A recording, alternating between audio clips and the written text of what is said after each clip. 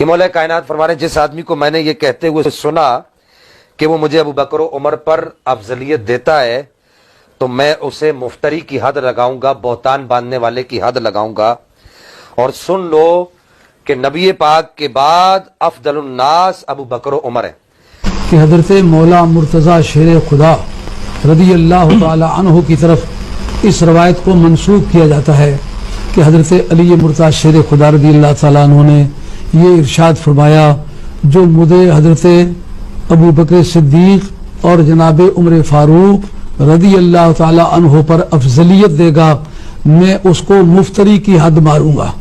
مفتری اسے کہتے ہیں جو کسی پاک دامن کو بدکاری کی تہمت دے اور بدکاری ثابت نہ کر سکے، اسے 80 کوڑے مارے جاتے ہیں بطور سزا کے، اس کو کہتے ہیں حد مفتری۔ سب سے پہلے دیکھنا یہ ہوگا اس کا راوی کون ہے۔ اس کا راوی عبد الرحمن بن ابی لیلہ ہے، تہذیب التہذیب جو کہ بخاری کے رجال پر لکھی گئی ہے۔ انہوں نے اس کے بارے میں کہا کہ 6 آدمیوں سے یہ تدلیس کرتا ہے۔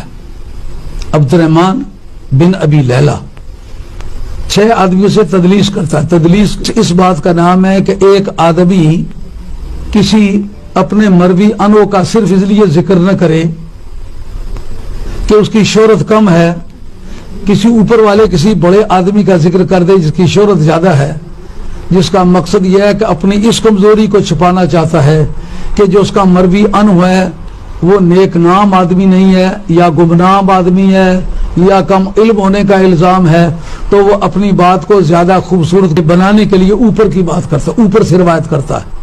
تدلیس کہتے ہیں اندھیرے میں ڈالنے کو۔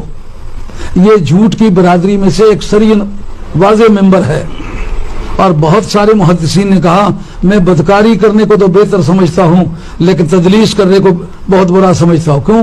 بدکاری کروں تو میں صرف خود گنہگار ہوں، تدلیس کروں تو پوری امت کو گناہ میں مبتلا کرتا ہوں، اس وجہ سے میرے نزدیک تدلیس حرام ہے، ممنوع ہے۔ یہ عبد الرحمن بن ابی لیلہ یہ آدمی جو ہے یہ تدلیس کرتا ہے۔ جو آدمی اتنا کچا ہے کہ جو وہ کام کرتا ہے جو محدثین کے نزدیک کسی طرح قابل قبول نہیں ہے، اس کی روایت کو ہم قبول کس طرح کریں گے؟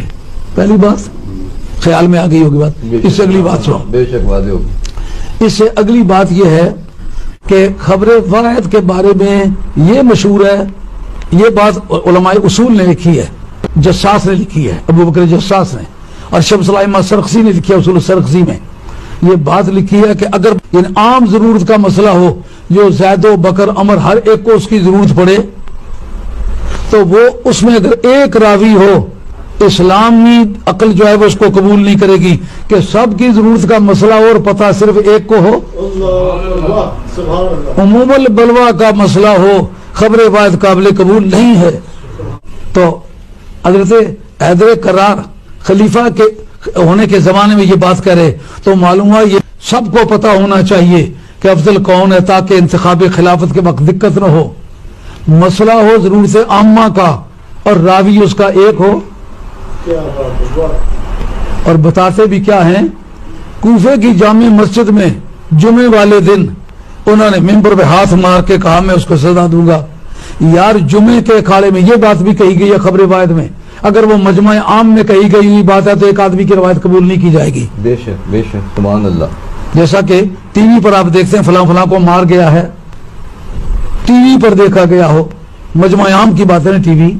اب راوی صرف ایک ہو جی فلاں فلاں کو مار گیا، باقی سارے کہیں جی ہمیں تو کوئی پتہ نہیں ہے۔ اللہ اکبر، اللہ اکبر۔ جمعے کے خطبے کے وقت کہیں اور پتہ صرف عبد الرحمن بن ابی لیلہ کو ہو جو زبان بھر کا جھوٹا آدمی ہے، اللہ اکبر، اللہ اکبر۔ اس کا مطلب یہ جھوٹ کا پلندہ ہے۔